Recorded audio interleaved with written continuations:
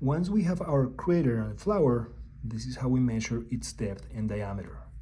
We're going to imagine the deepest part of the crater, and we're going to take the crater measuring tool, making sure that the check sign is in this position, not in this position. So we're going to place it right on top of it, and we're going to put the skewer and let it fall. Then, very carefully, I'm going to use my fingers. I will touch the crater measuring tool and I'll remove it. So this is going to represent the depth of the crater, and we're going to measure it in centimeters with a ruler. So this is like 3.9 centimeters.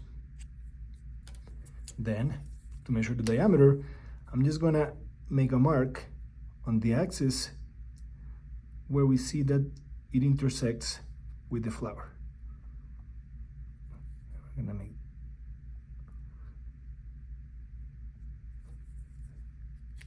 these marks, and then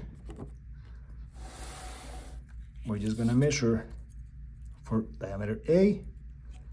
We're going to collect this measurement in centimeters, and then this measurement in centimeters, and we record it in our table.